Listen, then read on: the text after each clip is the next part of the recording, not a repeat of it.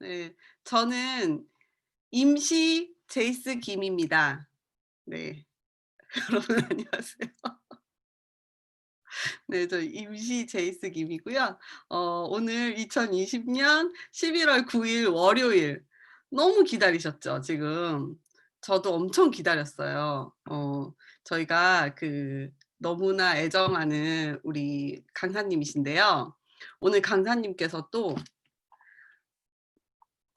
제가 요즘 제일 관심 있는 분야에 대해서 오늘 강의를 해 주신다고 하시더라고요. 그래서 제가 오늘 전화를 진짜 엄청 돌렸거든요. "들어와, 들어와, 들어와, 들어와." 막 이러면서 친구들도 엄청 초대를 하고 제가 주변에 있는 분들에게 자랑도 많이 했습니다. 어 근데 가장 중요한 건 내가 이걸 알고 가는 것 같아요. 오늘 혹시 그냥 귀로만 들으실 분들은 펜 하고 네 종이 주변에 빨리 찾아보세요, 강사님 나오시기 전에. 네. 펜하고 종이 꼭 챙기시고요. 오늘 강사님께서 말씀해 주실 내용 다 아시죠? 호르몬에 관련된 강의입니다. 오늘 어렵게 모셨습니다. 네. 어렵게 모셨고요. 이분 진짜 시간 없으신 분이신데 저희를 위해서 또 특별히 이렇게 시간을 내 주셨어요. 너무너무 감사드리고 또 우리 김동아 박사님 저희가 큰 박수로 맞이하도록 하겠습니다. 김동아 박사님 나와 주세요. 네, 반갑습니다. 김동아입니다. 여러분들 너무 오래간만에 뵙는 것 같아요. 다들 건강히 잘 지내시죠? 100만 년? 100만 년 만에 뵙는가? 너무 오랜만에 뵙는데 아무튼 다들 건강하시고 다음에 꼭 오프라인에서 뵙기를 바라겠습니다. 자, 오늘 일단 제가 호르몬에 대해서 좀 말씀을 드릴 건데 드릴 말씀은 너무너무 많거든요. 근데 시간적으로 보면 그닥 또 많은 시간이 아니기 때문에 일단 빨리 좀 진행도 하고 혹시나 이제 나중에 질문을 하실 분들이 있으면 몇 분 정도 질문을 받도록 하겠습니다. 너무 어려운 질문 하지 마시고 이 정도는 알겠다라고 하는 질문만 하세요. 제가 이제 화면 공유하고 진행하도록 하겠습니다. 여러분들 다 행복하시죠? 많은 사람들한테 이제 물어봅니다. 행복하시냐고 물어보면 어떤 분들은 뭐 행복하다라고 이야기하시는 분도 있고 그닥 행복하지 않다라고 이야기를 하시는 분도 간혹가다 있는 것 같아요. 근데 과연 행복이라는 것이 어떤 것일 것이냐 이제 보면 내가 갖고자 하는 것을 다 가지고 있는 것이 행복이지 않을까라는 생각을 하는데 어떤 분이 이런 이야기를 하셨더라고요. 행복은 필요 없는 것을 놓아주는 것이다 라고 이야기를 하더라고요. 그래서 맞는 것 같아요. 내가 너무 많은 것들을 가지고 이렇게 쥐고 있으면 그것 때문에 많이 힘들거든요. 그러면 이제 삶 자체가 힘들어지고 또 너무 힘들다라는 이야기가 입에서 나올 수밖에 없는 상황이 되는 거예요. 그러면 이제 그로 인해서 뭐 불행하다라고 생각을 많이 하겠죠. 그래서 내가 가지고 있는 것, 또 남들이 필요하는 것을 주고 나한테 필요 없는 것은 좀 놓아줄 수 있는 그러한 여유가 좀 있어야 되지 않을까라는 생각을 하게 됩니다. 건강은 균형이라고 이야기를 많이 하는데 밸런스, 균형 하는 이야기를 하죠. 면역도 균형이 필요한 거고 호르몬도 균형이 필요합니다. 그래서 이 균형을 잘 맞추는 것이 정말 건강할 수 있는 방법이거든요. 그래서 여러분들 많이 들어보셨겠지만 이 음양이라고 하는 게 있잖아요. 여자는 남자는 양이라고 하고 땅은 음이고 하늘은 양 이렇게 보잖아요. 짝수, 숫자로 보면 짝수 2, 4, 6, 8, 10은 13579는 양 이렇게 이제 보거든요. 그래서 이러한 것들의 균형을 잘 맞춰줘야 되는데 이제 잘 보시면 우리 입은 땅에서 얻어지는 이 기운이 들어가는 첫 번째 경로가 입이잖아요. 그래서 땅의 지기가 들어가는 곳이고 입 위에 있는 코는 천기, 공기 이게 이제 들어가는 곳이에요. 그래서 이제 그 입은 땅, 코는 하늘 이렇게 이제 보시면 되는데 이 입과 코 이 중간에 사람이 있어요. 땅과 하늘과 중간에 사람이 있잖아요. 그래서 천인지 이렇게 이야기를 하잖아요. 그래서 우리 얼굴을 보면 코하고 입하고 중간에 사람이 들어가 있어요. 그래서 그것을 뭐라 하냐 인중이라고 이야기를 해요. 인중 아시죠? 여기 인중 급소입니다. 말 안 듣는 사람 있으면 여기 때리시면 금방 꼬꾸라져요. 그래서 아주 급소로서 작용을 하는 곳인데 이 인중은 사람의 가운데 그래서 이제 보시면 인중의 위쪽으로 보면 이제 구멍이 두 개씩 있어요. 눈 두 개, 콧구멍 두 개, 귀 구멍 두 개. 인중 밑으로는 구멍이 다 하나밖에 없습니다.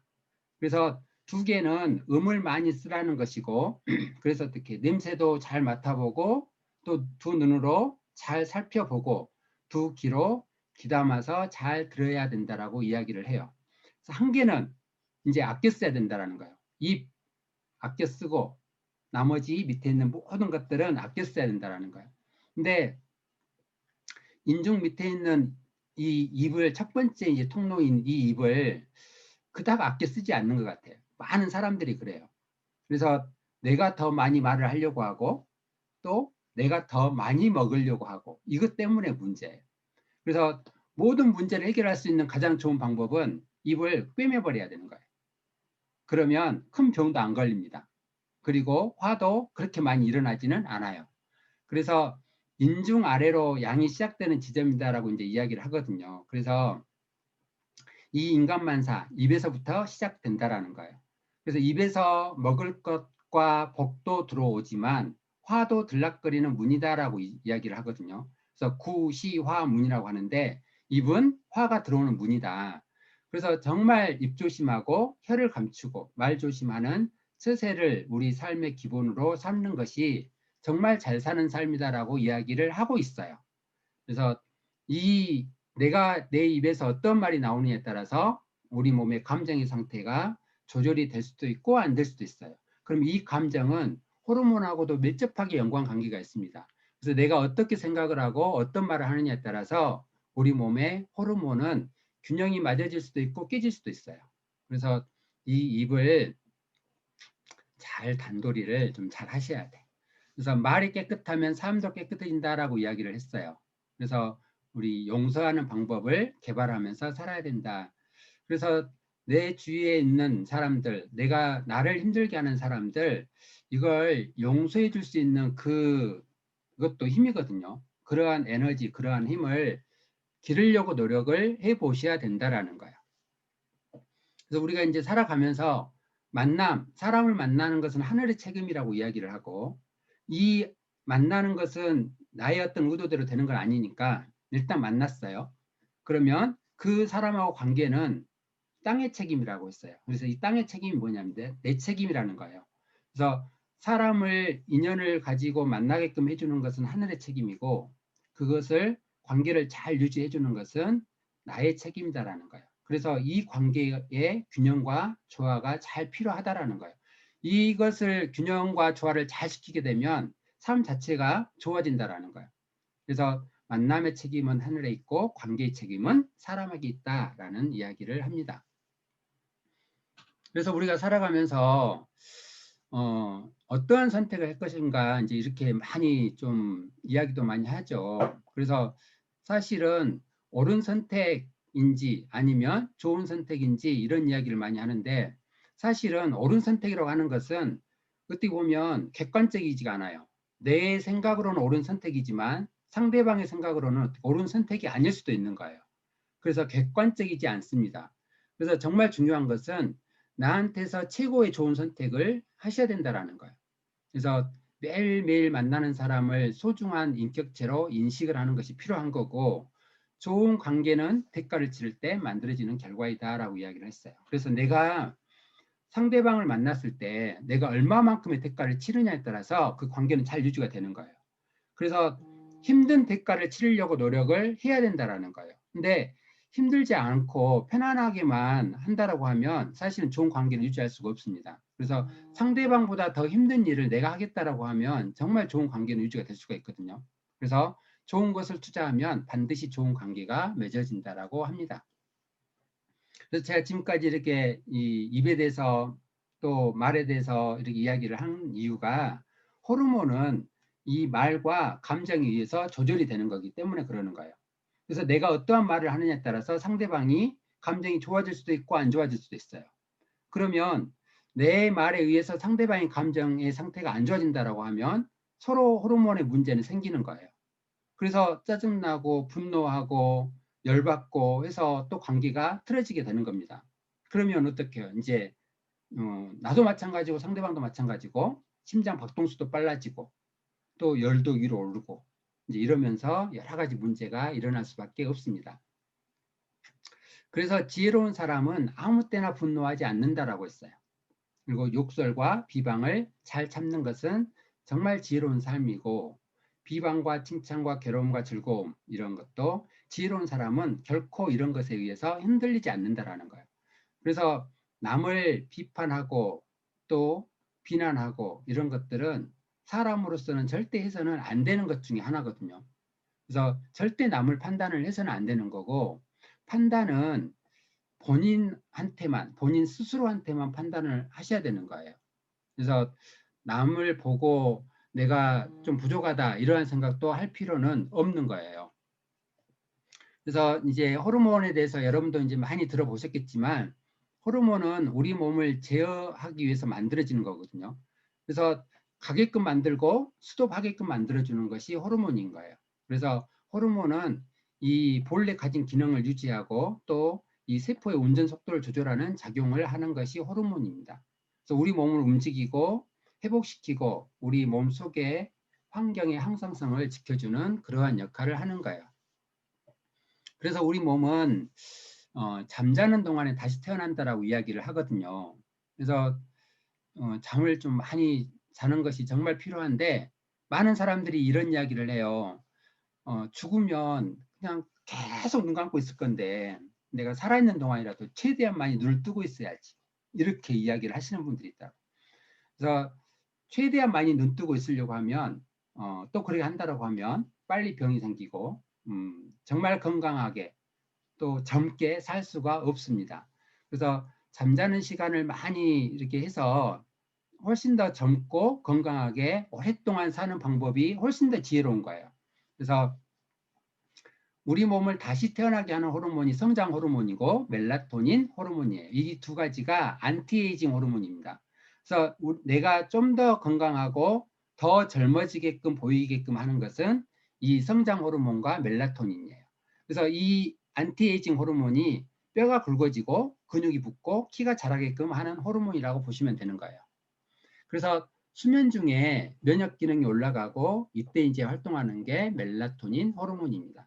이 멜라토닌은 잠도 잘 자게끔 만들어주고 면역 기능을 올려주고 또 내 마음을 좀 편안하게 하는 정신 안정을 시켜주는 호르몬이에요. 그래서 프리라디칼, 활성산소 있잖아요. 이런 것들을 제거해주는 호르몬이에요.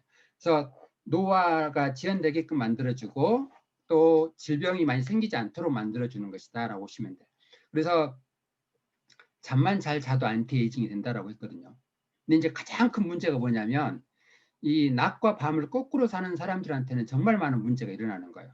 그래서 직업을 선택을 할 때도 이 정상적인 패턴으로 일을 할 수 있는 직업을 선택하는 것이 건강하게 잘 오래 살 수 있는 비결이라고 보시면 되는 거예요. 그래서 우리가 이제 이 활성산소 이 때문에 문제가 많이 생기잖아요. 스트레스를 많이 받게 되면 활성산소가 생기고 그러면 우리 몸이 산화가 돼요.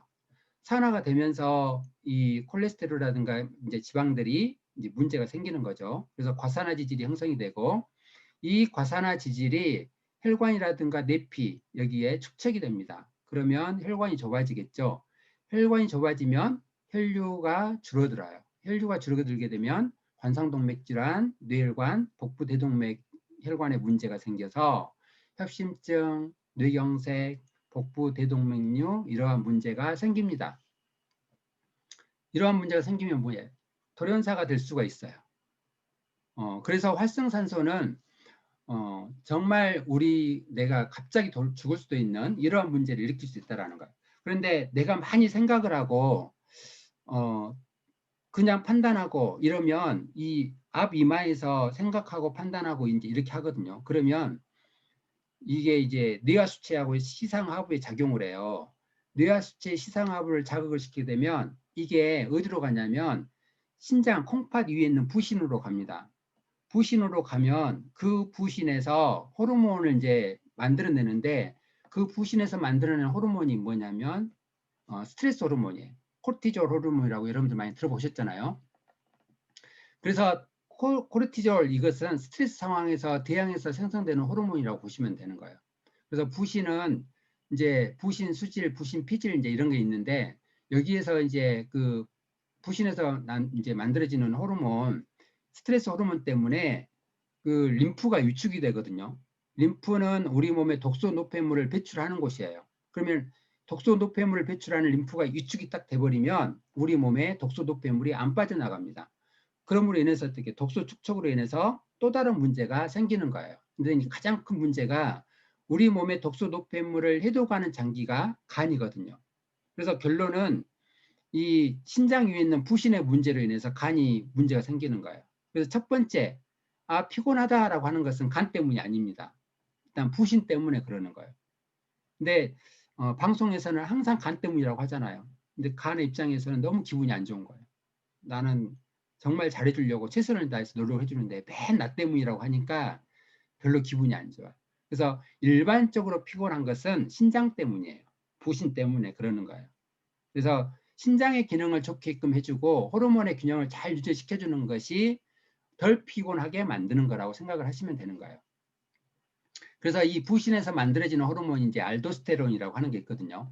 이 알도스테론이라고 하는 호르몬이 이제 나트륨, 칼륨 이런 것들의 전해질 균형을 맞춰주는 호르몬이에요. 또 안드로겐을 이제 포함시키는 성호르몬이 있어요. 이 성호르몬의 작용도 부신에서 하는 거고. 그래서 이제 한방에서 보면 이 성적인 어떤 문제에 있는 것들은 신장의 문제로 보는 거예요. 그래서 신장은 선천직이라고 해서 부모님한테 받아서 태어난 기운이라고 이야기를 했거든요. 그래서 정말 중요한 장기이기도 합니다. 너무너무 중요하기 때문에 두 개가 있는 거예요. 그래서 하나에 있는 장기보다 훨씬 더 중요한 역할을 한다라고 보시면 돼요. 그래서 평상시에는 이 호르몬들이 균형을 잘 맞추고 있거든요. 그런데 스트레스 상황에 이제 처하게 되면 이게 이제 그 코르티졸 농도가 올라가게 되는 거예요. 그래서 코르티졸이 이제 이 스트레스 호르몬이 이제 올라가게 되면 심장 박동수가 빨라지고 그다음에 혈액순환이 이제 촉진이 되는 거예요. 혈액순환이 아주 빨라지게 되는 겁니다. 그러면 혈압이 올라가고 또 이렇게 되면 어떻게 급하게 에너지를 많이 사용을 하게 되는 거예요. 그러면 이 에너지를 사용하기 위해서는 어떻게 혈당이 필요하거든요. 그래서 혈당 수치가 또 상승을 하게 됩니다. 그러면 교감신경이 또 활성화가 돼요. 교감신경이 활성화가 되면 소화 능력이 떨어집니다.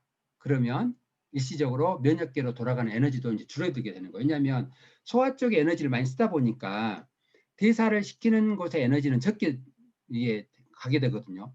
그래서 면역력이 떨어질 수밖에 없어요. 그래서 이제 이런 상황이 계속 노출되게 되면 부신의 위험이 이제 누적이 되는 거예요. 그래서 부신 피로에 빠지게 되는 겁니다.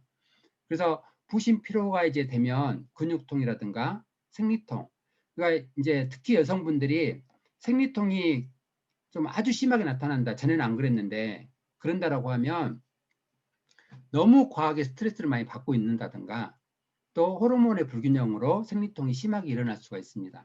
그리고 만성적인 통증, 또 뭐 이제 그 원인을 모르겠는데 아무튼 내 몸에 전체적인 통증이 나타난다. 이런 것들이 있을 수가 있고 또 코르티졸 이 농도가 올라가게 되면 그 상대적으로 그 프로게스테론이라고 하는 이 호르몬의 생성이 줄어들거든요.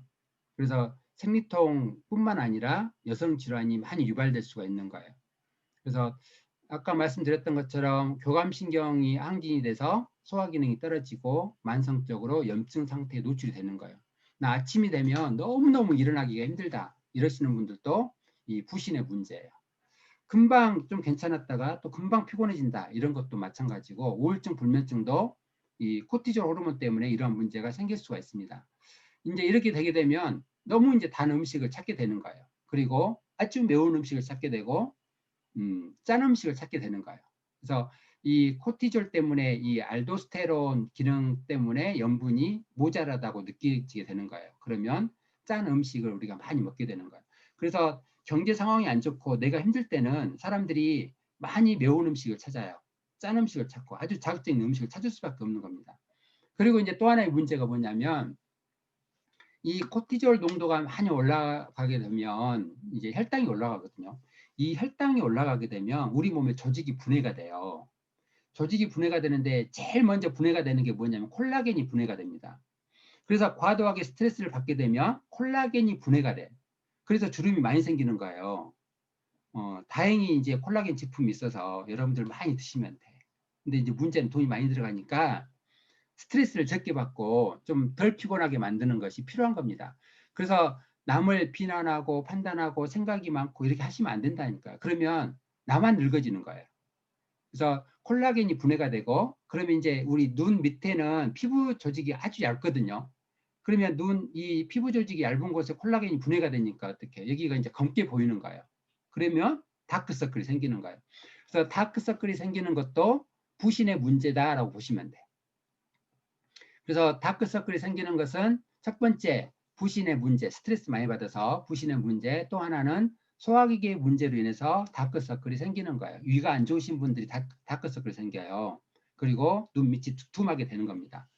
그래서 이러한 관리를 좀 잘 해주는 것이 좀 필요한 거예요. 그래서 이 운동을 안 하는데도 불구하고 엘보가 생기는 거, 이게 부신 때문에 그러거든요. 테니스도 안 치고 골프도 안 치는데 여기 팔에 엘보가 생기는 거, 그 다음에 이제 근육통이 온다든가 또 이 치아가 흔들리는 거, 이런 것들은 이 부신에 의해서 문제가 생기는 부분이다라고 보시면 돼요. 그래서 호르몬의 특징은 이제 내분비성을 가진 물질입니다. 그래서 그 내분비성을 가진 물질이 있고 또 외분비성의 물질이 있는데 이 도관은 어떠한 관을 통하지 않고 기관에 직접적으로 분비돼서 작용하는 물질이다라고 보시면 돼요. 그러니까 혈액 같은 경우는 혈관을 통해서 가서 작용을 해야 되는 거잖아요. 그런데 호르몬은 그렇지 않습니다. 그래서 체액을 통해서 필요한 곳에 분비가 되는 거예요. 그래서 호르몬 중에서도 이제 그 호르몬만 딱 캐치하는 수용체가 있어요. 각 장기마다. 그래서 필요로 하면 그것을 캐치해서 이제 쓰게 되는 거예요.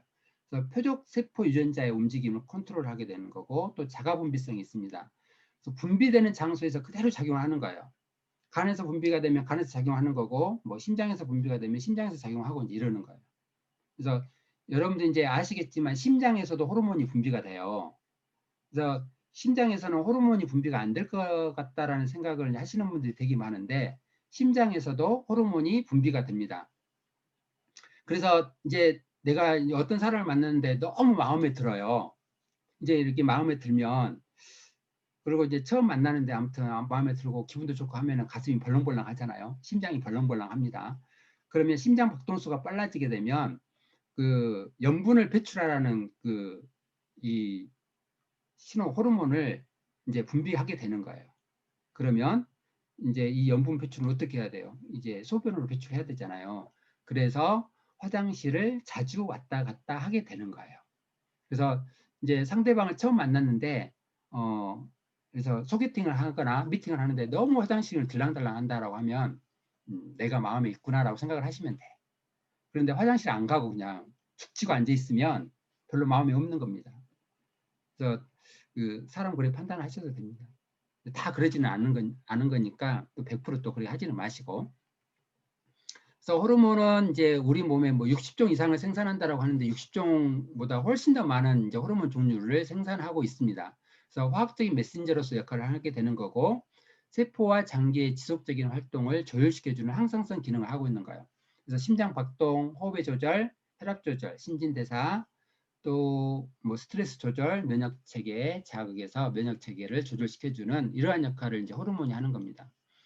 자, 여러분들 이제 많이 들어보셨던 이 성장 호르몬은 몇 살까지 분비가 될까요? 라고 물어보면 대부분의 사람들이 뭐 20대, 21살, 22살, 뭐 23살 이렇게 이야기를 하는데 성장 호르몬은 우리가 죽을 때까지 분비가 되는 거예요. 그래서 성장기에 있는 애들은 성장하는 데 도움이 되는 거고 성장기가 끝나면 안티에이징에 도움이 되는 게 성장 호르몬이에요.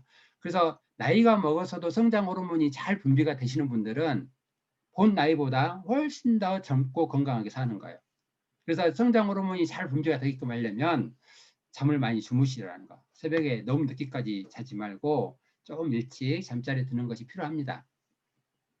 그래서 이 성장 호르몬은 내장과 기관을 만들고 복원시켜주는 역할, 새로운 피부를 만들어주는 역할, 근육을 만들어주고 이 근육이 빠지지 않도록 만들어주는 거예요. 뼈를 만들고 복원하고 증강시켜주는 작용, 면역력 강화시켜주는 작용, 뇌와 시력의 활동을 좋게끔 해주고 콜레스테롤 수치를 떨어뜨려주는 작용을 하는 겁니다. 이제 이 성장 호르몬을 올려주는 삼총사가 있어요. 성장 호르몬을 올려줄 수 있는 삼총사, 첫 번째는 적당한 공복감이에요. 그러니까 약간의 공복 상태를 느끼는 것이 성장 호르몬이 많이 올라갈 수 있는 방법입니다. 나는 살면서 배가 고파본 적이 없다 이러시는 분들은 성장 호르몬이 분비가 안 되는 거예요. 그러니까 안티에이징 될 수가 없다니까. 그래서 우리가 해독을 하고 배가 고프고 이제 공복감을 느끼고 꼬르륵 소리를 내가 내 귀로 듣는다라고 하면 내가 젊어졌구나 이렇게 생각을 하셔야지. 못 먹게 해가지고 나를 너무너무 힘들게 만들고 스트레스 받게 만든다 이렇게 생각을 하시면 절대 안 되는 거예요. 그래서 해독을 할 때도 배부르면 세이크 더 타서 드세요. 사실은 이것은 그닥 좋은 방법은 아닙니다. 그래서 그냥 공복감을 내가 스스로 만들어 보는 것도 필요한 거예요. 그 다음에 두 번째가 적당한 스트레스입니다. 너무 스트레스를 안 받는 것도 이 성장 호르몬이 분비가 안 돼요. 그래서 마음이 불편하지 않을 정도의 피로감이에요. 일이나 취미 등 이런 것들, 내가 정말 재밌는 일을 하고 내가 재미있게끔 하는 이 취미 활동을 하면서 조금 힘든 것은 괜찮은 거예요. 그 다음에 적당한 운동, 유산소 운동, 무산소 운동을 적절하게 좀 혼합을 해서 그냥 죽기 살기로 하지 마시고 그냥 적당하게 하시라고. 운동도 죽기 살기로 하면 절대 오래 못 삽니다. 그래서 적당하게 운동을 하시고 많은 분들이 저한테 물어보더라고요. 운동을 열심히 하십니까? 저는 항상 숨쉬기 운동만 한다라고 이야기를 하는데 아무튼 오래 살려고 숨쉬기 운동만 열심히 하고 있는 거예요. 근데 숨쉬기 운동만 잘하면 절대 죽지는 않습니다. 자, 살을 찌지 않으려면 밤에 자야 한다라고 이야기를 하거든요. 그래서 잠을 잘 때 분비되는 호르몬이 멜라토닌, 성장 호르몬, 또 아까 이제 말씀드렸던 코티졸 호르몬도 이 잠잘 때 분비가 되는 호르몬이에요. 그래서 코티졸 호르몬을 각성 호르몬이라고 하는데 이 호르몬도 적당하게 필요한 거예요. 그래서 코티졸에는 적당하게 분비가 되면 항염증 작용을 하고 알레르기 억제, 또 지방 연소 작용을 합니다. 그래서 코티졸 호르몬은 다이어트 호르몬이에요. 그래서 이 호르몬은 그래서 내가 정말 즐겁게 일을 하면서 또 취미 활동을 열심히 하면서 자극을 받으면서 분비되는 호르몬은 다이어트에도 도움이 되는 거예요. 근데 이게 이제 과해지면 병이 되는 거죠. 그래서 이 코티졸 호르몬이 또 다른 이름으로 스트레스 호르몬이잖아요. 그래서 면역력이 높아지면 면역력이 떨어지는 원인이 되기도 합니다. 그래서 노화의 가장 큰 원인은 이제 프리라디칼 활성산소 때문에, 또 하나는 미토콘드리아의 문제로 인해서 생기는 거, 또 하나는 호르몬 감소설, 이 세 가지가 노화의 이제 중요한 원인이라고 하거든요. 그래서 활성산소는 내가 어떻게 보면 어떻게 하느냐에 따라서 좀 적게 받을 수도 있고 많이 받을 수도 있잖아요. 그러니까 스스로 좀 조절을 할 수가 있는 거예요. 그리고 미토콘드리아 이 설에 대해서는 사실은 이것도 영양하고 또 활성산소하고도 밀접한 연관관계 있기 때문에 최적의 영양을 공급시켜주고 활성산소에 좀 적게 노출될 수 있도록 몸을 만들어주는 것이 미토콘드리아가 이제 좀 지속적으로 잘 유지될 수 있도록 만들어주는 거고, 호르몬 쪽은 처음에 제가 말씀드렸잖아요. 내가 하는 말, 또 감정 이런 것들로 인해서 이건 조절이 가능하기 때문에 충분히 조절을 할 수가 있다라고 저는 생각을 하거든요. 그래서 결론적으로 본다라고 하면 노화를 지연시킬 수 있는 가장 중요한 이 세 가지는 스스로가 다 컨트롤할 수 있는 거예요. 어느 정도까지는. 그래서 내 나이보다 적어도 5년에서 10년 정도는 좀 젊게 살아보는 것이 필요하지 않을까요? 그래서 그렇게 해보려고 노력도 하셔야 되는 거고. 그리고 이제 행복 호르몬이 있습니다. 아침에 이게 쬐는 이 햇볕은 행복 호르몬을 증가시켜요. 세로토닌이라고 이제 하죠. 세로토닌 이 행복 호르몬은 뇌의 이제 움직임에 이제 정말 중요한 역할을 하는 거예요. 그래서 이 세로토닌은 햇볕을 봐서도 이제 작용을 하지만 거의 대부분 한 80에서 90%는 장에서 분비가 되는 거거든요. 그래서 장 기능을 좋게 만들었을 때 행복 호르몬인 세로토닌이 많이 분비가 됩니다. 그러면 이 세로토닌에 의해서 저녁에 멜라토닌이 호르몬이 분비가 되거든요. 이 멜라토닌 호르몬이 잘 분비가 되면 어떻게 수면을 잘 취할 수가 있는 거예요. 그래서 불면증을 예방할 수 있는 방법은 세로토닌 호르몬이 잘 분비될 수 있도록 만들어주는 것이 필요한 겁니다. 그래서 비타민 D, 내 햇빛을 못 본다라고 하면 비타민 D라도 이제 많이 이제 섭취를 해야 되겠죠. 아니면 햇빛을 적당하게 잘 보는 것이 필요한 거예요. 그래서 비타민 D가 많이 부족하면 이제 비만이라든가 당뇨, 다발성 경화증, 또 여러 가지 어떤 루푸스, 건선 우울증이라든가 이런 문제가 생기게 되는 거예요. 자, 행복 호르몬은 마음이 치유될 때 많이 분비된다라고 이야기를 했습니다. 그래서 행복 호르몬이 많이 분비될 때는 언제냐? 가족이나 애완동물과의 스킨십을 하는 거. 그래서 애완동물을 키우는 것이 그닥 또 뭐 안 좋은 것만은 아닙니다. 그래서 다 장단점은 있지만 이 애완동물과의 어떤 스킨십 이거 하는 것도 행복 호르몬이 많이 분비가 될 수 있는 것이고, 또 워킹, 댄스 같은 리듬 운동을 하는 거, 천천히 복식호흡을 하는 거, 좋아하는 것을 잘 씹어서 먹을 때, 좋아하는 일을 하면서 스트레스가 해소될 때, 이럴 때 이제 행복 호르몬이 많이 분비가 되고, 또 내 몸에서 치유될 수 있는 치유 물질이 많이 분비가 되는 거예요. 그래서 이 세로토닌이 많이 분비가 돼서 스트레스를 완화시킬 수 있습니다. 아까 제가 말씀드렸잖아요. 밤낮이 바뀌는 생활은 최악이라고 말씀드렸습니다. 그래서 직업의 어떤 선택에 있어서도 조금 생각을 좀 해봐야 되지 않을까라는 생각을 합니다. 그래서 뭐 저녁에 잠을 안 자고 야근 근무를 한다라고 하고 또 아침에 퇴근을 해서 이제 잠을 자고 이제 이러면 정상적인 어떤 수면 상태도 안 가고 이미 이 태양이 떠 있는 상황에서는 이 뇌가 그렇게 또 인지를 못 하고 있거든요. 그래서 암막 커튼을 쳐놓고 잠을 잔다라고 하면 조금 도움이 될 수 있겠지만 그렇지 않는다라고 하면 뇌는 상당한 스트레스를 받는 거예요. 그래서 이 호르몬의 문제가 또 많이 일어날 수 있다라는 거예요.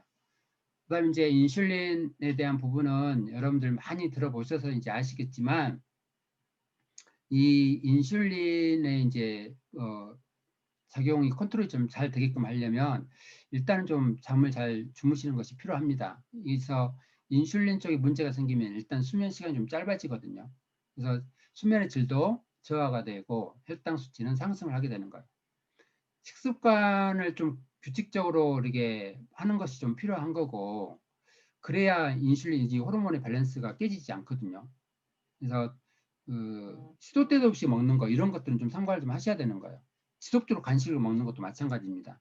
그래서 인슐린 자체가 좀 노화를 촉진하는 작용을 하는 거예요. 제가 아까도 말씀드렸지만 이 인슐린 혈당 수치가 많이 올라가게 되면 우리 몸에 조직이 분해가 되는 거예요. 그래서 많은 조직이라든가 기관이 분해가 되면서 피부 상태도 안 좋아지고 또 주름도 많이 생기게 되는 거고 나이에 비해서 노화 속도가 훨씬 더 빨라지는 거예요. 그래서 30대, 40대 당뇨가 있다라고 하는 사람들 있잖아요. 그런 분들 보면 이 보면 실제 나이는 뭐 3, 40대인데 이제 생체 나이는 뭐 50대, 60대처럼 보이는 경우가 되게 많거든요. 자, 우울한 감정도 호르몬 때문이다라고 이야기를 합니다. 이제 부정수소라고 이야기를 하는데 머리가 무겁거나 피로감이 가시지 않고 잠을 깊이 잘 수 없고 이제 몸이 좋지 않다라고 자각 증상을 느끼는 거. 이제 이러한 상태를 이제 부정수소라고 하는데 이게 이제 사실은 내가 별로 감정의 상태가 그닥 좋지가 않고 항상 우울하고 왠지 좀 센티하게 보이고 싶고 왠지 슬퍼 보이고 싶고 막 이런 거 있잖아요. 이게 이제 이 호르몬 때문에 문제가 일어나는 거예요. 그래서 세로토닌 분비가 저하가 되면 이러한 문제가 많이 일어납니다. 그래서 햇빛을 보는 게 정말 중요하거든요. 근데 햇빛을 많이 보면 뭐 피부암이 생긴다 이렇게 이야기를 하는데 웬만큼 봐서는 피부암 안 생깁니다. 햇빛 많이 보셔가지고 피부암 생기면 저한테 오세요. 제가 피부암 치료해 드릴 테니까. 그래서 그런다라고 하면 우리 몸이 햇볕 많이 봐서 피부암 생긴다라고 하면 사실은 시골에서 농사 짓는 분들 다 피부암에 걸렸어야 되거든요. 네, 우리 몸은 잘 컨트롤하는 그런 시스템이 되어 있는 거예요. 도파민이라고 하는 이제 이 신경 전달 물질이 있습니다. 그래서 도파민을 올리려면 뇌를 기쁘게 하라고 했어요. 그래서 도파민은 노화하고 밀접한 관계가 있습니다. 그래서 도파민은 나이가 10대, 그러니까 10살이 더해질 때마다 평균적으로 한 10% 정도씩 떨어진다고 이야기를 했거든요. 그러니까 이제 건강할 때에서 이제 할 때하고 비교를 하다 보면 20% 정도까지 뭐 도파민 누런이 줄어들게 되면 파킨슨병이 나타난다고 했어요. 그래서 파킨슨병, 손 떨리고 머리 떨리고 다리 떨리고 이렇게 하는 것은 도파민의 부족이라고 이제 이야기를 하잖아요. 근데 사실은 이것도 이제 그 감정의 상태, 호르몬하고 밀접하게 연관관계 있기 때문에 내가 마음이 편안하지가 않고 좀 불안하고 초조하고 하면 이 도파민의 이 농도가 떨어져요. 그러면 몸이 떨리게끔 되어 있는 거라고. 그래서 손도 떨리고 머리도 떨리고 다리도 떨리고 이래요. 요즘에 젊은 애들 보면 학생들 있잖아요. 보면 다리를 기가 막히게 따라요. 1초에 한 60번은 떠는 것 같아. 떨으라고 해도 못 들 것 같은데 아무튼 1초에 한 60번은 따라요. 그러면 그 애들의 감정의 상태가 어떨 것인가를 한번 생각을 해보셔야 된다. 요즘 애들 다 그래. 이게 아니라 먹는 것에 문제가 있죠. 또 어떠한 여러 가지 환경적인 문제로 인해서 이러한 신경 전달 물질이 정상적으로 분비가 안 되기 때문에 그러는 거거든요. 그러면 그 문제를 해결해 주려면 어떻게 해요? 이제 진짜 필요한 게 뭐냐면 지방, 좋은 지방이에요. 좋은 지방과 칼슘이 필요한 겁니다. 그래서 뇌의 건강을 위해서는 반드시 지방과 좋은 지방, 칼슘 이것을 많이 공급을 시켜주면 그러한 문제는 해결이 되는 거예요. 그래서 다리 떨지 말아라 이게 아니라 어떤 것을 먹여야 될 것인가를 한번 정도 생각을 해보셔야 된다는 거예요. 그래서 이 도파민 잘 분비가 될 수 있도록 해주시는 거. 그 다음에 이제 내키지 않는 일하고 좋아하는 일의 균형을 좀 잘 맞추는 것도 필요하다라는 거예요. 그러니까 그 도파민이 저하돼도 문제고 너무 과해도 문제잖아요. 그래서 이런 것들 좀 잘 조절해주는 이러한 것들은 여러분들이 스스로 좀 하셔야 된다는 거. 그래서 좋아하는 일, 마음에 드는 것, 또 흥미로운 일들 이런 것들 이제 필요해요. 반드시 필요해. 근데 그런다고 해서 내가 항상 좋아하는 일만 해서는 안 된다라는 거예요. 남들이 하기 싫어하는 일은 내가 해야 되겠다라는 마음을 가지고 하는 것도 필요하다라는 거예요. 그래서 균형을 잘 맞추는 것이 필요합니다. 자, 아드레날린이 있어요. 아드레날린은 이제 집중력을 올려주는 역할을 하지만 이것도 너무 지나치면 병이 되는 겁니다. 그래서 이 갑자기 에너지를 너무너무 많이 필요로 할 때 이 아드레날린이 분비가 되는데 순간적으로 이제 에너지를 많이 쓰게 되는 거죠. 그래서 이 아드레날린이 이렇게 몸속으로 돌아가면서 장기를 흥분하는 사인을 보내고 또 신경 전달을 계속 시키게 되면 이제 과하게 되면 문제가 되는 거죠. 그런데 나를 변화시킬 수 있는 가장 좋은 것은 아드레날린이에요. 그래서 약간의 동기부여는 필요하다라는 거예요. 약간의 자극과 약간의 동기부여는 오히려 집중력도 올려주게 되는 거고 나를 변화시킬 수 있는 이러한 역할로 이제 하게 되는 겁니다. 그런데 그래서 어떻게 동기부여도 적당하게 해야 이 동기부여가 되는 것이지 계속 동기부여 시키면은 열받는다니까요. 나네 이렇게 돼버린다고. 그래서 동기부여를 시키는 것도 적정선에서 딱 어느 정도 선까지만 하는 것도 좀 필요합니다. 자, 빨리 먹는 습관이 호르몬을 낭비한다라고 이야기를 했거든요. 30번씩 씹어라 이야기를 많이 하는데 사실은 30번씩 씹는 것이 쉽지는 않죠. 그래서 빨리 먹는 습관은 인슐린을 낭비하게 됩니다. 그래서 인슐린은 아까 말씀드렸던 것처럼 노화 호르몬이라고 말씀을 드렸어요. 그래서 조금 식사도 좀 여유를 가지고 좀 오랫동안 씹어서 삼키는 것을 해보는 것도 호르몬을 낭비하지 않는 방법이에요. 자, 장수 유전자 스위치를 켜라. 제가 아까 말씀드렸던 것처럼 좀 공복 상태를 만들어주는 거예요. 칼로리를 제한시키고 배가 고프다.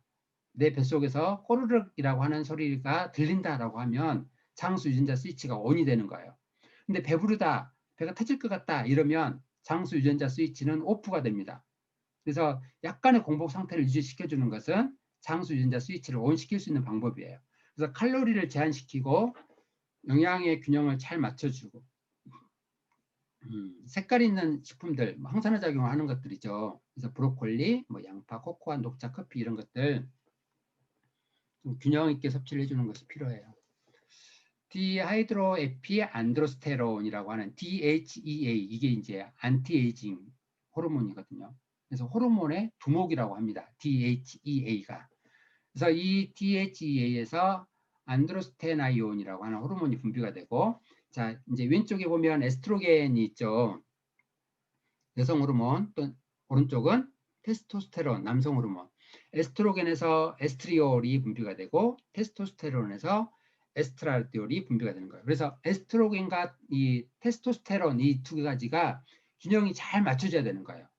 그러니까 내가 너무 그냥 조폭같이 하면 남성 호르몬이 분비가 돼요. 그러니까 여성인데 그 조폭같이 뭐 이렇게 하면 남성 호르몬이 많이 분비가 돼서 어떻게 호르몬의 균형이 깨질 거 아니에요. 그러면 건강하게 살 수가 없다니까요. 그래서 이 조금 남한테 좀 배려하고 내가 하려고 하고 또 남보다 더 좀 더 낮아지려고 하고 이러한 마음의 자세를 가지고 있으면 어떻게 에스트로겐이 분비가 돼요. 근데 여러분 잘 아시겠지만 남자보다 여성분들이 더 오래 살잖아요. 그러니까 오래 살 수 있는 장수할 수 있는 비결은 에스트로겐이 이 호르몬이 잘 분비가 되는 거예요. 근데 이제 사회활동을 많이 하다 보고 또 이제 여성분들도 나이가 먹게 되면 테스토스테론이 많이 분비가 돼가지고 조포화가 되잖아요. 뭐 밟아버리고 이러잖아요. 그러면 이 오래 못 산다니까요. 그래서 남성분들도 에스트로겐이 분비가 잘 될 수 있도록 설거지도 좀 하시고 빨래도 좀 하고 밥도 좀 하고 이렇게 청소도 좀 하고 이러면 장수할 수 있습니다. 그러니까 지금까지 한 번도 안 해보신 분은 내일부터라도 한번 하십시오. 지금 하라고는 못 하겠고 내일부터라도 한번 해보시는 것. 콜레스테롤 수치가 정말 무조건 낮을수록 좋을 것이냐, 이게 이제 가장 큰 문제입니다. 절대 그렇지는 않습니다. 콜레스테롤은 DHEA, 그 다음에 성호르몬의 아주 중요한 원료가 되는 거예요. 그래서 콜레스테롤 수치가 높다라고 해서 콜레스테롤 떨어뜨려주는 약을 드시는 것은 정말 잘못된 겁니다. 어떻게 보면. 그래서 중성지방과 이 고지혈증이 있다라고 하면 그걸 떨어뜨려주는 약은 드셔도 괜찮겠지만 중성지방이라든가 이게 수치가 정상이고 콜레스테롤 수치만 높다라고 하는 것은 호르몬의 문제 때문에 그러는 거거든요. 그래서 우리가 해독을 하다 보면 그 정상적이었던 콜레스테롤 수치가 올라가는 경우가 있어요. 이제 이런 분들은 내가 이 디톡을 하라 그래가지고 디톡을 했는데 콜레스테롤 수치가 올라갔습니다. 이건 나하고 안 맞는 것 같습니다. 이렇게 이야기를 하는데 절대 그게 아니에요. 호르몬의 균형을 맞추기 위해서 일시적으로 콜레스테롤 수치가 올라가는 겁니다. 그래서 그런 문제는 전혀 걱정을 안 하셔도 되는 거예요. 그래서 콜레스테롤은 간에서 만들어지고, 근데 간 기능이 저하가 되면 어떻게? 콜레스테롤이 잘 안 만들어지겠죠. 그러면 DHEA 성호르몬의 분비가 떨어지게 되는 거예요. 이러다 보면 어떻게? 이제 내가 안티에이징이 안 될 수밖에 없습니다. 그래서 좋은 콜레스테롤, 나쁜 콜레스테롤은 정말 잘못된 생각입니다. 콜레스테롤은 간에서 만들어서 우리 몸에 호르몬을 만들어주는 원료로서 역할을 한다는 거 꼭 기억을 하셔야 되는 거고, 호르몬의 밸런스가 깨져 있는 분들은 해독을 하는 과정에서 콜레스테롤 수치가 상승할 수 있다는 것도 꼭 먼저 말씀을 해주시는 게 좋아요. 자, 음식으로 섭취하는 콜레스테롤이 혈중 콜레스테롤 수치에 주는 영향은 아주 미비한 거예요. 그래서 콜레스테롤, 중성지방 수치가 정상인데 콜레스테롤 수치만 올라가 있다라고 하는 것은 전혀 문제가 되지 않는다라는 거예요. 그래서 이 콜레스테롤은 호르몬을 만들어내주는 아주 중요한 원료 물질로 작용을 하는 겁니다. 그래서 우리 뇌 세포도 콜레스테롤이 필요하거든요. 그래서 뇌에 콜레스테롤, 제가 아까도 말씀드렸잖아요. 좋은 지방이 필요한 거라고. 근데 얘가 이제 부족하게 되면 자살하고 싶다 이런 충동도 일어날 수 있다라는 거예요. 그래서 콜레스테롤 수치가 좀 잘못되어 있는 부분이 왜 어디서부터 잘못되어 있는가 좀 이게 좀 말씀을 드리고 싶은데 또 이 이야기를 하면 시간이 좀 너무 오래 걸릴 것 같으니까 다음에 또 기회가 된다라고 하면 이 부분은 따로 또 말씀을 드리도록 하겠습니다. 그래서 콜레스테롤이 무조건 나쁜 것이다라고 하는 것은 잘못된 거예요. 그래서 콜레스테롤 수치가 이렇게 너무 낮으면 우울증이 생기고 공격형의 성향을 가지게 되고 또 뇌출혈도 일으키고 이제 이렇게 되는 겁니다. 그래서 무조건 있잖아요. 콜레스테롤 수치가 높다고 해서 스타딘계 약물을 지금 복용하고 있는 분들은 조금 이것을 줄여 나가 보시는 것이 좀 반드시 필요할 거예요. 그래서 신장 질환의 진짜 범인은 이 지방이 아니라 당이라고 했거든요. 그래서 지방은 무고입니다. 죄가 없어요. 그래서 지방한테 너무 뭐라고 하지 마세요. 자, 지방을 축적시키는 호르몬은 인슐린이 그 역할을 하게 되는 거고, 인슐린 저항성에 대한 부분은 여러분들이 많이 들어보셨을 거예요. 그래서 그 사실은 이 문제가 뭐냐면, 인슐린은 이제 신장 쪽에 문제를 많이 영향을 많이 주잖아요. 근데 이 인슐린 쪽에 이제 이 신장에서 이 염분을 보존하라라는 이 메시지를 주는 건데, 염분의 농도가 너무 떨어지잖아요. 이게 또 문제가 되는 거예요. 그러니까 사실은 짜게 먹어야 된다라는 건데 너무 또 잘못된 생각으로 짜게 먹으면 오래 못 산다라고 하는 이 부분이 사실은 너무 큰 문제인 거죠. 그래서 이 신장의 문제 또 염분하고 어떤 관계에 대해서 여러분들이 조금 더 좀 자세하게 좀 알아볼 필요가 있습니다. 그래서 정말 우리가 건강하게 장수할 수 있는 방법 또 호르몬의 어떤 조절이라든가 인슐린의 쪽에 문제가 일어나지 않도록 하기 위해서는 적당한 염분 섭취는 반드시 필요한 거예요. 그리고 이제 인슐린 저항성에 대한 부분은 뭐 여러분들 잘 알고 계시니까 넘어가도록 하겠습니다. 자, 인슐린 저항성 영향을 받는 질병이 있어요. 그래서 카오스라고 하는데 이제 앞에 자만 따서 카오스예요. 관상동맥 질환, 고혈압, 성인당뇨병, 비만, 뇌졸중. 이게 이제 인슐린 저항성 영향을 받는 질병들이에요. 그래서 카오스라고 알고 계시면 좀 빠를 것 같습니다. 자, 인슐린 저항성 있는지 없는지 알 수 있는 방법이에요. 딱 벽을 보고 서서 벽을 향해서 걸어가는데 다른 부위보다 배가 벽에 먼저 닿는다. 그러면 인슐린 저항성이에요. 오늘 꼭 테스트 한번 해보십시오. 그래서 나 인슐린 저항성이 아니다. 딱 하려면 어떻게 배에 딱 힘주시고 걸어가시고 배에 힘 빼서 걸어가시다가 배가 먼저 닿는다라고 하면 인슐린 저항성이 있구나라고 딱 생각을 하시고 뱃살을 좀 빼려고 좀 노력을 한번 해보셔야 됩니다. 그래서 해독을 하셔서 뱃살을 좀 빼시고 좀 요즘에 이제 어떤 여러 가지 프로모션을 해서 뱃살을 뺄 수 있는 기회가 많잖아요. 뭐 여러 가지 상품도 주고 하니까 꼭 도전을 한번 해보십시오. 염증을 막는 오메가3, 염증을 유발하는 오메가6 이것도 균형을 잘 맞춰주는 게 필요한 거예요. 그래서 이 그 오메가6에 염증을 일으키는 물질이 있는데 자 프로스타글란딘이라고 하는 물질이 치유 물질이거든요. 치유 물질인데 자 이 프로스타글란딘이라고 하는 이 PGE2가 있고 PGE1이 있고 PGE3가 있는데 자 PGE는 그래서 이 프로스타글란딘은 한편으로는 문제를 일으키고 한편으로는 치유를 일으키는 이게 이제 양면성을 가지고 있거든요. 그래서 약간의 이제 차이가 있는데 이 PGE1하고 PGE3 얘의 수치가 올라가게 되면 치유 반응 쪽으로 가는 거고 프로스타글란딘 PGE2가 이제 올라가게 되면 어떻게 이제 이게 염증 반응을 일으키는 거예요. 그래서 우리가 해독을 하게 되면 그 프로스타글란딘이라고 하는 물질이 분비가 되면서 호전 반응이 일어나는 거거든요. 그래서 가려움증이 더 심해지고 통증이 나타나고 아픈 데는 더 아프고 하는 것은 이 프로스타글란딘이 이제 물질이 분비가 되면서 그러한 이제 반응이 나타나는데 이때 이제 반응 이제 올라가는 성분이 PGE1하고 3예요. 근데 잘못해서 PG2가 올라가 버린다라고 하면은 염증 반응으로 가는 겁니다. 그래서 잘못하면 부작용이고 잘하면 치유 반응인 거예요. 그래서 그 치유 반응 쪽으로 가려면 어떻게 해요? 오메가3 함량이 좀 더 올라가야 되는 겁니다. 그래서 호전 반응이 많이 일어날 때 오메가3를 양을 좀 늘려주시는 것도 호전 반응 쪽으로 유도시켜 줄 수 있는 가장 좋은 방법이에요. 부작용으로 가지 않도록 만들어주는 방법이라고 보시면 되는 거예요. 그래서 그 부작용 같다라고 하시는 분들 있잖아요. 그런 분들한테는 오메가3를 좀 더 섭취를 하게끔 하는 것이 필요합니다.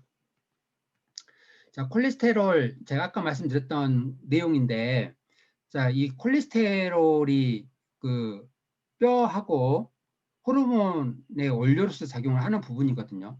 그래서 콜레스테롤 수치가 높은 걸 가지고 너무 떨어뜨리는 약을 드시면 오히려 문제가 일어날 수 있다라는 거 꼭 이제 기억을 하시고, 그 콜레스테롤이 만들어지는 과정에서 그 스ኳ알렌이 만들어지거든요. 스ኳ알렌이 만들어지고 그 스ኳ알렌하고 코엔자임 Q10에 의해서 콜레스테롤이 만들어지는 거예요.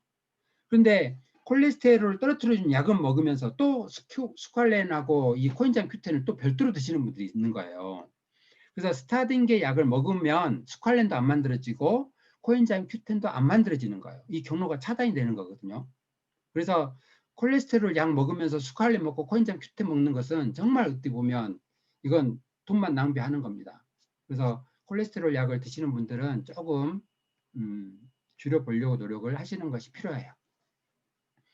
자, 부정적인 생각은 호르몬 낭비의 주범이다라고 이야기를 했습니다. 호르몬의 밸런스를 높이는 비결은 하루의 리듬을 제대로 지키는 것이에요. 그래서 감정과 사고를 긍정적인 방향으로 가져가는 것이 필요합니다. 이러면 옥시토신이라고 하는 호르몬이 분비가 되는데, 이 옥시토신 호르몬은 커뮤니케이션 호르몬이에요. 그래서 사람하고 관계를 잘 유지를 하는 이 호르몬입니다. 그래서 부정적인 사고를 하게 되면 호르몬 낭비의 달인이다라는 거. 그래서 항상 좋은 생각, 좋은 사고를 가지고 하루하루를 시작하는 것이 정말 필요한 거예요. 그래서 호르몬은 정말 여러 가지, 제가 지금까지 말씀드렸던 여러 가지 얼굴을 가지고 있습니다. 안티에이징 호르몬은 성장 호르몬, 멜라토닌, DHEA, 남성 호르몬, 테스토스테론, 짜증을 내는 호르몬, 프로게스테론. 짜증 안 나게끔 해야 돼요. 수면의 질을 높이는 호르몬, 성장 호르몬, 다이어트, 각성 호르몬은 코르티졸, 커뮤니케이션 호르몬, 아까 말씀드렸던 옥시토신, 뭐 또 쭉 내려가면 식욕 증진, 식욕 억제, 그렐린, 렙틴 많이 들어보셨죠? 자, 이러한 호르몬이 이제 여러 가지 작용과 얼굴을 가지고 있습니다. 그래서 이 호르몬의 이제 균형을 맞춰주고 호르몬에 도움을 주는 이제 제품이 TF 벨레비잖아요. 그래서 사실은 이 벨레비라고 하는 이 제품을 가지고 좀 많은 의견이 좀 분분해요. 좀 유방암, 뭐 자궁암, 또 갑상선 쪽에 문제가 있는데 이 벨레비를 먹어야 될까요? 먹으면 안 될까요? 이렇게 이야기를 많이 하는데, 사실은 호르몬의 문제로 인해서 나타날 수 있는 것들은 호르몬의 불균형 때문에 생기는 거예요. 결론적으로 본다라고 하면. 그러면 벨레비에는 이그 아마시드 리그난이라고 하는 성분이 있어요. 아마시드 리그난이라고 하는 성분은 호르몬의 균형을 맞춰주는 역할을 하는 성분이거든요. 그래서 낮아져 있는 호르몬을 끌어올려주고 높아져 있는 호르몬을 낮춰주고 하는 그 역할을 하는 거예요. 근데 이 리그난이라고 하는 성분이 아마시에가 가장 많이 들어있어요. 그래서 아마시드 리그난이라고 하는 겁니다. 그래서 여러분들이 뭐 석류, 뭐 칡 이런 것들을 많이 드신다고 하면 올라가겠죠, 호르몬 자체가. 그러면 이걸 조절시켜 주려면 아마시드를 같이 드시면 된다라는 거예요.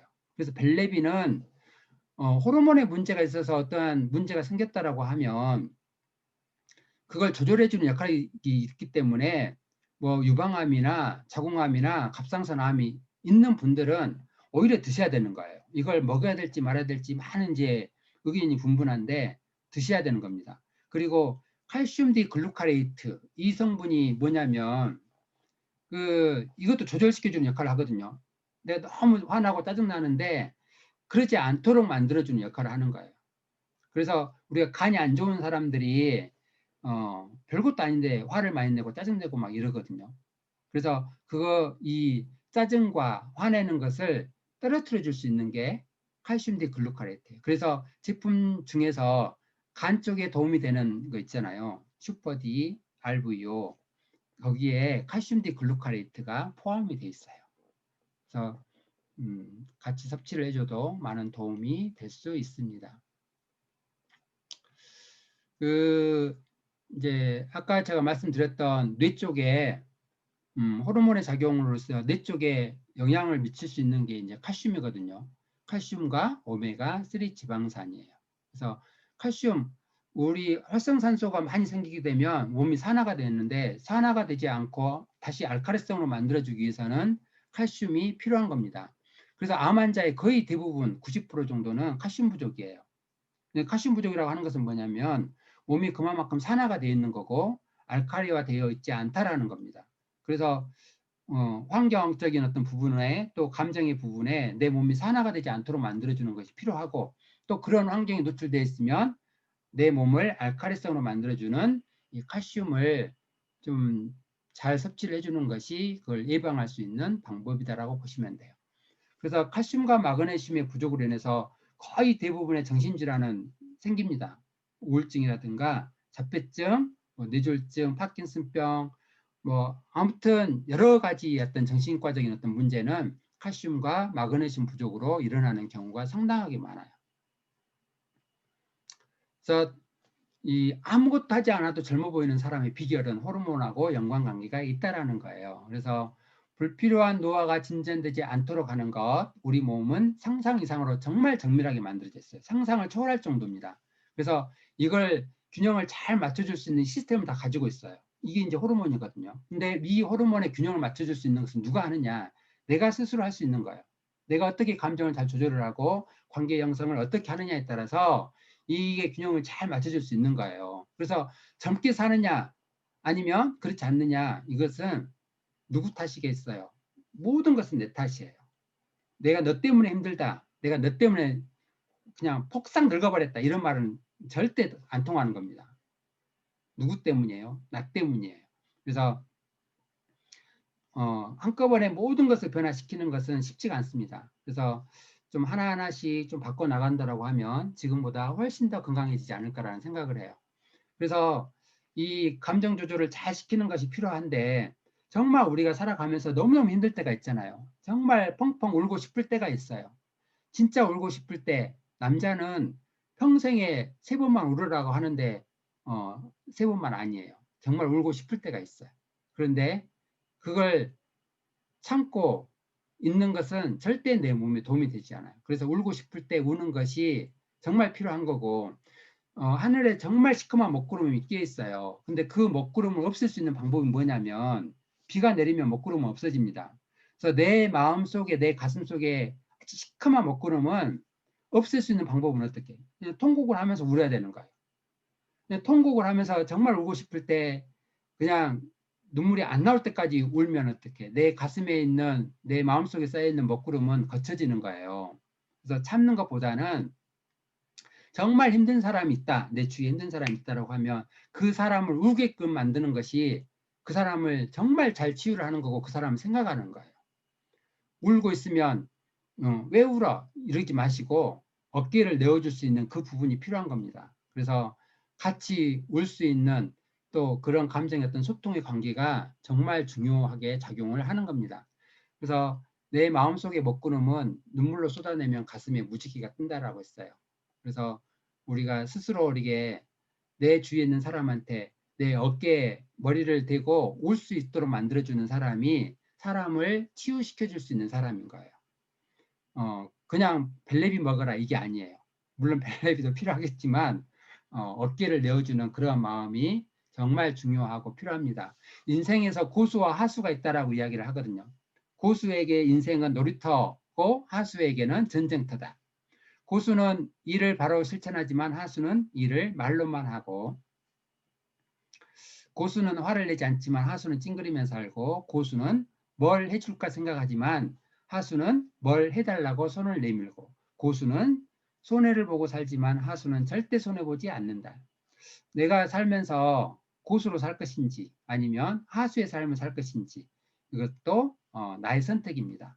그래서 불평, 불만, 원망, 증오, 뭐 왼수 같은 놈, 이런 생각하지 마시고 항상 감사한 마음, 그리고 너무 많은 욕망, 내가 지고 있으려고 하지 마시고 내려놓을 수 있는 그러한 삶을 산다라고 하면 정말 호르몬의 균형을 잘 맞춰서 안티에이징의 삶을 살지 않을까라는 생각을 합니다. 여러분들 건강하시고 또 다음에 기회가 되면 뵙도록 하겠습니다. 질문 있으신 분들은 또 몇 분만 제가 질문을 받도록 하겠습니다. 감사합니다. 감사합니다. 네. 네. 오늘 사실 호르몬 강의인 줄 알고 제가 들어왔는데 다 듣고 보니 인문학 강의였습니다. 네, 여러분도 깜빡 속으셨죠? 사실 마음을 다스리면 호르몬이 저절로 좋아진다는 김동원 박사님의 명쾌한 강의였습니다. 네, 오늘 일단은 2020년 11월 9일 월요일 9시 줌 미팅 공식적인 강의는 여기서 마치도록 하겠습니다. 네. 어